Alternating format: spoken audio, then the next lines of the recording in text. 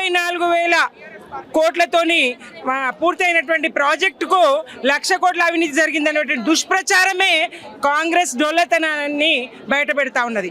కాంగ్రెస్ కావాలని చేస్తున్నటువంటి దుష్ప్రచారాన్ని బయటపెడతా ఉన్నది.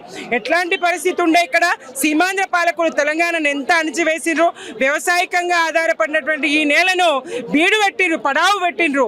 అటువంటి పరిస్థితి నుంచి తప్పించడానికి నీళ్లు, నిధులు, నియామకాలు అనేటువంటి ప్రధాన డిమాండ్తోని దుబాయ్ బతుకుల్ని వాపసు పిలిచినటువంటి పాలన కేసీఆర్ గారు. ఆయన ఉద్యమ దళపతి, ఉద్యమ నాయకుడు, యావత్తు తెలంగాణను కూడగట్టుకొని రాష్ట్రాన్ని సాధించినటువంటి వాడు.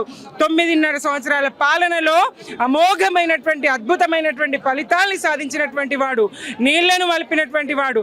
తలాపున పారుతుంది గోదారి, మా సేను మా సెలుక ఎడారి అని పాడుకున్నటువంటి దుఃఖము, అమ్మా తెలంగాణమా ఆకలి కేకల గానమా అని గద్దరన్న విలాపము, ఇవన్నీ తీర్చి ఆకలి కేకల గానం కాదు, అన్నం గిన్నె తెలంగాణ అని చెప్పేసి దేశానికి నిరూపించినటువంటి పాలన కేసీఆర్ గారి పాలన. ఇవాళ కక్షపూరితంగా, కుట్రపూరితంగా కమిషన్ నోటీసులు ఇప్పించి పిలిపిస్తే మరి కేసీఆర్ గారి మీద వ్యతిరేకత వస్తుంది అనేటువంటి దురుద్దేశము కాంగ్రెస్ది నెరవేరదు. ఈ రేవంత్ సర్కార్ కళ్ళలే.